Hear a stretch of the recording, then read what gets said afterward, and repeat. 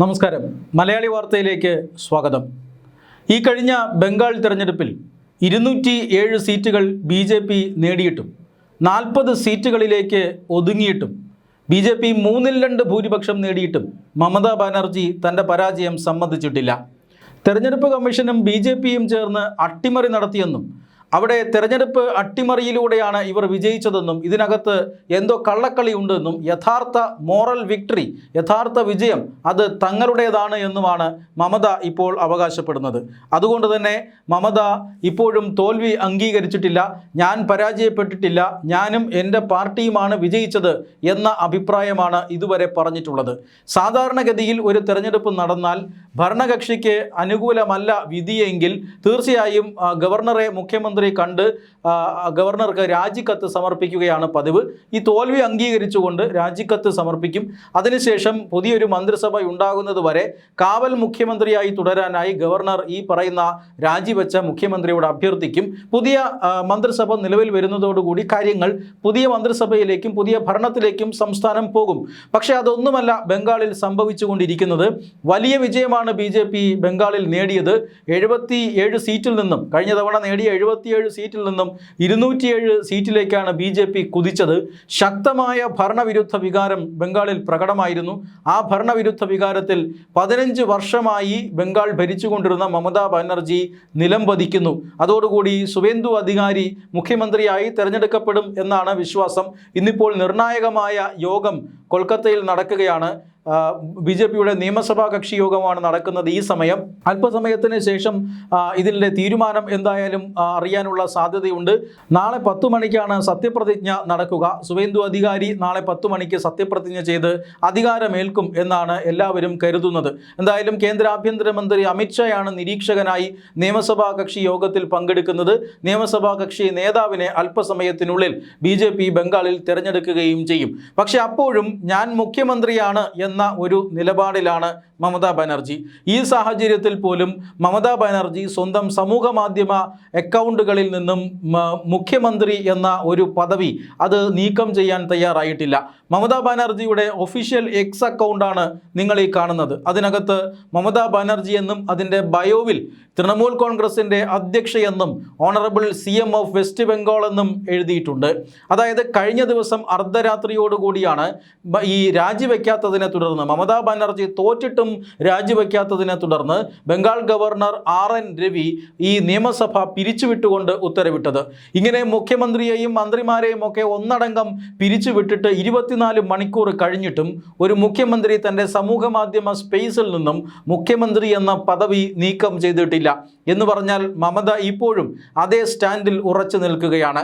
തന്നെ പുറത്താക്കിയാലും താൻ ഡിജിറ്റൽ സ്പേസിൽ മുഖ്യമന്ത്രിയായി തുടരും എന്ന പ്രഖ്യാപനമാണ് മമത ഇതിലൂടെ നടത്തുന്നത്. സത്യത്തിൽ ഇതൊരു രോഗമാണോ എന്ന് പോലും പലരും ചോദിക്കുന്നുണ്ട്.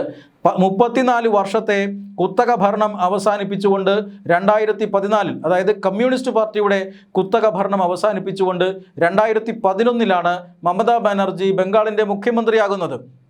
അതിനുശേഷം 15 വർഷം 2016-ലും 2021-ലും മമതാ ബാനർജി വിജയിക്കുന്നു. നീണ്ട 15 വർഷമാണ് മമതാ ബാനർജി തുടർച്ചയായി ബംഗാൾ ഭരിച്ചത്.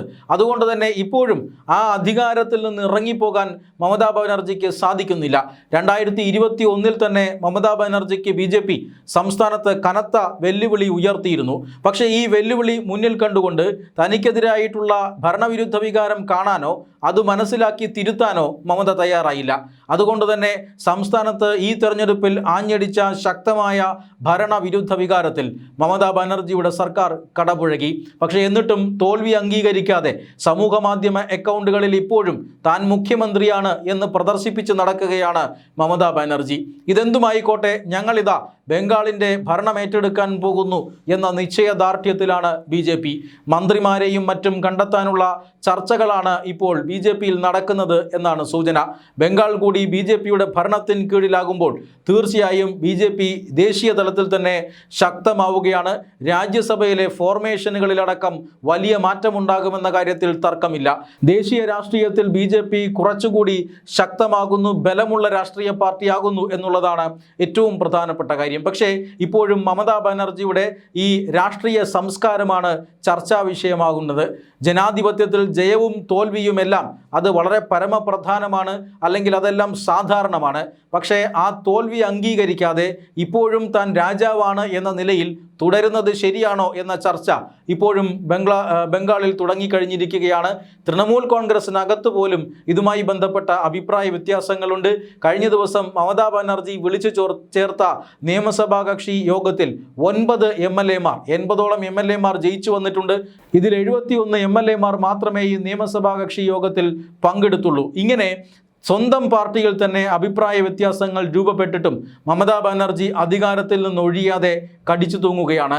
ഗവർണർ പുറത്താക്കിയിട്ടും നാണമില്ലാതെ സമൂഹ മാധ്യമങ്ങളിൽ ഇപ്പോഴും മുഖ്യമന്ത്രിയാണ് എന്ന് പറഞ്ഞു നടക്കുകയാണ് മമതാ ബാനർജി. ശക്തമായ ഭരണവിരുദ്ധ വികാരം ഇപ്പോഴും അവർ ഉൾക്കൊണ്ടിട്ടില്ല. ഈ കഴിഞ്ഞ തെരഞ്ഞെടുപ്പിൽ ശക്തമായ തെരഞ്ഞെടുപ്പ് പ്രചരണമാണ് 2 ഘട്ടങ്ങളിലായി നടന്ന ബംഗാൾ തെരഞ്ഞെടുപ്പിൽ ഉണ്ടായത് എന്ന് നമ്മൾ കണ്ടു. തൃണമൂൽ കോൺഗ്രസും BJP-യും ഒപ്പത്തിനൊപ്പമാണ് പ്രചരണം നയിച്ചത്. മാത്രമല്ല പലയിടങ്ങളിലും പ്രചരണ സമയത്ത് പോലും സംഘർഷമുണ്ടാവുകയും ചെയ്തു. തെരഞ്ഞെടുപ്പ് അട്ടിമറിക്കാനുള്ള മമതയുടെ ശ്രമങ്ങളെ തങ്ങൾ പരാജയപ്പെടുത്തിയെന്നാണ് BJP അവകാശപ്പെടുന്നത്. കേന്ദ്രസേനയുടെ വിന്യാസം അതിന് വളരെയധികം സഹായിച്ചു എന്നവർ വിലയിരുത്തുന്നു. കൃത്യമായ SIR പ്രവർത്തനങ്ങൾ നടത്തിയതോടുകൂടി SIR ബംഗാളിൽ വിജയിച്ചതോടുകൂടിയാണ് വലിയ രീതിയിലുള്ള തെരഞ്ഞെടുപ്പ് അല്ലെങ്കിൽ പോളിംഗ് ശതമാനം ഉയരാനുള്ള കാരണമായത്. SIR-ഉം കേന്ദ്രസേനയുടെ സാന്നിധ്യവും വളരെ ഉത്സാഹത്തോടുകൂടി ഈ തെരഞ്ഞെടുപ്പിൽ പങ്കെടുക്കാൻ ജനങ്ങളെ പ്രേരിപ്പിച്ചു. അതുകൊണ്ട് തന്നെ ഒന്നാം ഘട്ടത്തിൽ ഏതാണ്ട് 93%, രണ്ടാം ഘട്ടത്തിൽ ഏതാണ്ട് 92% ജനങ്ങളെത്തി വോട്ട് ചെയ്തു. അതിനുശേഷം അല്ലെങ്കിൽ ഈ ഒരു വലിയ ജനപങ്കാളിത്തം തന്നെ സംസ്ഥാനത്ത് ഉണ്ടാകാൻ പോകുന്ന ഒരു തരംഗത്തെ സൂചിപ്പിക്കുന്നതായിരുന്നു. ആ തരംഗം യാഥാർത്ഥ്യമാക്കുന്ന രീതിയിലായിരുന്നു തെരഞ്ഞെടുപ്പ് ഫലങ്ങൾ വന്നത്. തെരഞ്ഞെടുപ്പ് അട്ടിമറിക്കാനും വോട്ടെണ്ണൽ അട്ടിമറിക്കാനുമുള്ള ശ്രമങ്ങൾ പിന്നീട് മമത നടത്തുന്നത് നമ്മൾ കണ്ടതാണ്. പക്ഷേ കേന്ദ്രസേന ഉള്ളതുകൊണ്ട് മമതാ ബാനർജിക്കോ ഗുണ്ടകൾക്കോ ഒന്നും ചെയ്യാൻ സാധിച്ചില്ല. പക്ഷേ അഭിഷേക് ബാനർജിയുടെ തട്ടകത്തിൽ ഇപ്പോഴും പ്രശ്നങ്ങളുണ്ടായി. അവിടെ BJP-യുടെ തെരഞ്ഞെടുപ്പ് ചിഹ്നം മറച്ചുവെച്ച് പോളിംഗ് നടത്താനുള്ള ശ്രമമുണ്ടായി. അത് തെളിയിക്കപ്പെട്ടതോടുകൂടി ആ മണ്ഡലത്തിൽ ഇപ്പോൾ റീപോളിംഗ് പ്രഖ്യാപിച്ചിരിക്കുകയാണ്. മെയ് 21-നായിരിക്കും റീപോളിംഗ് നടക്കുക. എന്തായാലും ഒരൊറ്റ മണ്ഡലത്തിൽ മാത്രമാണ് ഇത്തരത്തിൽ റീപോളിംഗ് വേണ്ടി വന്നത്. മറ്റ് ചില സ്ഥലങ്ങളിലും റീപോളിംഗ് വേണ്ടി വന്നു. പക്ഷേ പോളിംഗ് പൊതുവെ സമാധാനപരമായി നടന്നു. കേന്ദ്രസേനയെ വിന്യസിച്ചുകൊണ്ട് വലിയ രീതിയിൽ തെരഞ്ഞെടുപ്പ് വിജയിപ്പിക്കാൻ തെരഞ്ഞെടുപ്പ് കമ്മീഷന് കഴിഞ്ഞു. പ്രധാനമന്ത്രി നരേന്ദ്രമോദി അടക്കം തെരഞ്ഞെടുപ്പ് കമ്മീഷനെ അഭിനന്ദിക്കുന്ന സാഹചര്യവുമുണ്ടായി. ഈ സാഹചര്യത്തിലും ഇപ്പോൾ ജനാധിപത്യത്തിൻ്റെ ശോഭ കെടുത്തുന്നത് മമതാ ബാനർജിയുടെ ഈ ഏകാധിപത്യ പ്രവണതകളാണ്.